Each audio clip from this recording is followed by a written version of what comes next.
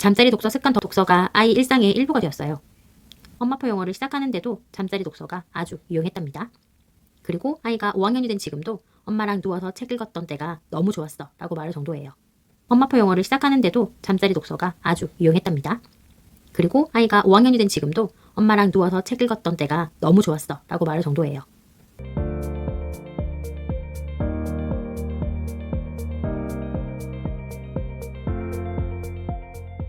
계획하는 습관, 몇 살부터 시작해야 할까? 안녕하세요. 스스로 공부왕입니다. 오늘은 많은 부모님들이 궁금해하시는 계획하는 습관, 몇 살부터 시작해야 할까에 대해서 이야기해 볼까 합니다. 계획하는 습관은 언제 시작해야 할까요? 정답은 바로 지금. 연령별로 접근법이 다를 뿐 어느 나이든 계획을 세우고 실천하는 것이 중요합니다. 그럼 연령대별로 어떻게 지도하면 좋을지 자세히 살펴보고 저희 가정에서는 어떻게 실천하였는지 소개해 드릴게요. 1. 유아기. 놀이 속에서 자연스럽게 익히기. 이 시기의 아이들은 놀이를 통해 자연스럽게 계획하는 습관을 익히는 것이 중요합니다. 어떻게 하면 될까요? 첫 번째, 하루 루틴을 만들어 보세요. 아침에 일어나면 세수하고 양치하기. 또 입었던 옷은 세탁 바구니에 넣기. 10시엔 잠들기. 자기 전 30분 책 읽기. 반복되는 하루 속에서 작은 루틴을 만들어서 하나하나 실천하게 하는 것이 아주 중요하다고 생각합니다. 두 번째, 시각적인 도구 활용. 스티커 차트나 그림 계획표를 사용하면 아이가 더 흥미를 느낄 수 있어요. 그리고 세 번째, 순서 개념을 익힐 수 있도록 유도해 보세요. 예를 들면 책 읽기가 끝나면 그 다음에 뭐 해볼까? 오늘은 유치원 마치고 놀이터에서 1시간 놀고 집에 오면 샤워하자. 이런 정도의 순서를 잡아주세요. 또 아이가 직접 선택하도록 유도하면 스스로 계획하는 습관이 자리 잡을 수 있습니다. 잠자리 독서 습관 만들기. 저희 아이가 2돌 무렵부터 저는 잠자리 독서를 실천했어요. 처음에는 자기 싫어하는 아이를 달래기 위해 시작했지만 결과적으로는 독서 습관과 잠자리 루틴을 동시에 잡을 수 있었습니다. 자, 그럼 제가 실천한 4단계 잠자리 독서법을 알려드릴게요. 1. 10시에는 무조건 눕는다. 10시에는 무조건 눈 감는다. 10시 전에는 모든 준비를 끝내도록 유도합니다. 그러기 위해서 핸드폰에 8시 50분쯤 정리의 시간이라는 알람을 설정해 두었어요. 알람이 울리면 양치하고 세수, 옷 갈아입기 등 자기 전에 필요한 준비를 마치는 시간이 되는 거죠. 2. 침대에서 기다리고 책 읽어주기. 저는 침대에서 기다리고 아이가 읽고 싶은 책을 직접 선택하도록 했어요. 그리고 약 1시간 동안 책을 읽어주었죠. 이때 성우처럼 감정 연기를 하면 효과는 2배가 되겠죠. 자, 3. 마지막 책 지정. 그냥 바로 그만! 이 책 끝! 하면 아이가 속상할 수 있겠죠. 그래서 책을 읽다가 시계를 보시고 대략 10시가 가까워졌다 싶으면 자, 오늘은 이 책이 마지막이야.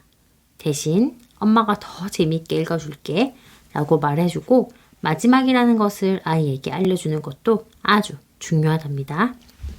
4. 꿈나라 기차 태우기.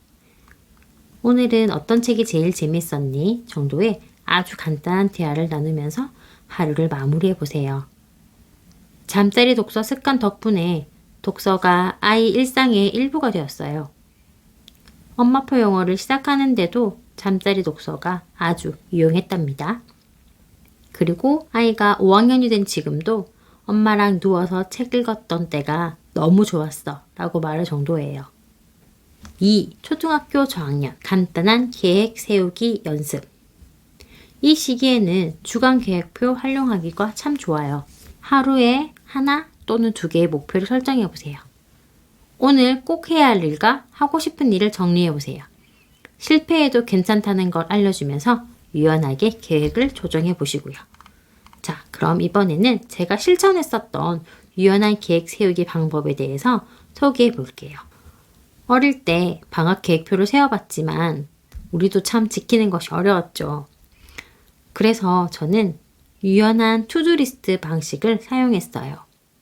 해야 할 일을 투두리스트에다가 적어놓고 아이에게 오늘은 뭐부터 공부를 할까? 또는 언제 시작할까? 정도로 꼭 물어봤어요. 그리고 아이가 직접 선택하게 유도했죠. 그래서 예를 들면 오전에는 수학 공부, 점심엔 영어 공부, 공부 2시간 후에는 유튜브 1시간, 그리고 저녁 식사 후에는 운동. 이렇게 하면 아이 스스로 계획을 조절하는 능력이 생긴답니다. 4. 초등 고학년 자기주도적 계획 연습. 이때부터는 시간 관리 능력을 키우는 것이 중요해요. 그래서 스터디 플래너 활용하기 또는 타이머 사용하여 시간 조절 연습하기, 해야 할 일과 하고 싶은 일 구분하기. 아이가 혼자 있을 때도 스스로 공부하는 습관이 잡혀 있다면 얼마나 좋을까요? 저희 아이는 어릴 때부터 자기주도 학습을 훈련한 덕분에 지금은 제가 뭘 하라고 말하지 않아도 스스로 공부를 한답니다. 자, 그리고 여기서 꿀팁. 아이가 공부할 때 혼자 두지 마세요. 집에 혼자 있을 땐 어쩔 수 없지만 저는 제가 집에 있다면 혼자 공부하게 두지는 않습니다.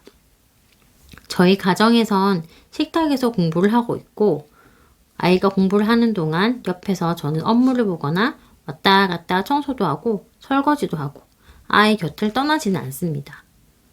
그러다 공부하다 궁금한 건 같이 찾아봐 주기도 하고 채점도 해주고 바로바로 피드백을 해줄 수 있도록 아이 곁을 떠나지 않는 것이 포인트입니다.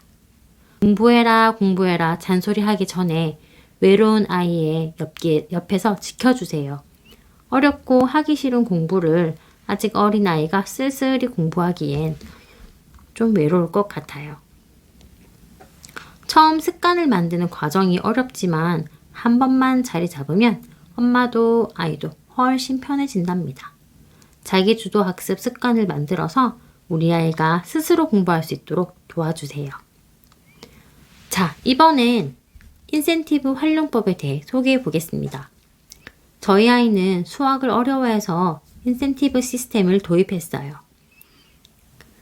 수학 1시간을 공부하면 유튜브 1시간 쿠폰을 제공합니다. 아까 앞서 말씀드렸던 해야 할 일과 하고 싶은 일을 정하는 게 중요하다고 말씀드렸는데 저는 해야 할 일을 수학 공부라고 지정했고 아이는 하고 싶은 일에 유튜브 보기를 이야기했어요. 그래서 수학 1시간을 하면 유튜브 1시간을 볼 수 있게 해주는 겁니다. 여기서 가장 중요한 건 강요가 아니라 아이가 스스로 정한 목표와 약속을 지킬 수 있도록 유도하는 것 잊지 않으셨으면 좋겠어요. 5. 중고등학생 목표 중심 계획 습관화. 이때는 단기 목표와 장기 목표를 설정해 주세요. 공부 플래너와 캘린더를 활용하면 아주 좋을 것 같고요. 성과를 비교해서 피드백하는 습관을 들이면 좋습니다. 이때부터는 자기만의 효율적인 공부법과 루틴을 찾아가는 것이 가장 중요하다고 생각합니다. 오늘의 결론 한번 내려볼게요. 자, 언제 시작하든 지금부터. 계획하는 습관은 빠르면 빠를수록 좋지만 언제든 시작해도 늦지 않습니다. 나이에 맞는 방식과 아이의 성향에 맞춘 접근법이 중요합니다. 처음엔 간단한 루틴부터 시작해서 점차적으로 구체적인 계획으로 발전시키고 스스로 계획을 세우고 실행하도록 유도한다면 모든 아이들이 스스로 계획하고 실천하며 자기 주도 학습이 가능하다고 생각합니다. 혹시 여러분은 계획 습관 경험 없으신가요? 아이의 계획 습관을 어떻게 찾고 계신지 너무너무 궁금합니다. 좋은 방법이 있다면 저에게도 댓글로 공유해주세요. 좋아요와 구독도 잊지 마시고요. 그럼 다음 영상에서 또 만나요. 안녕!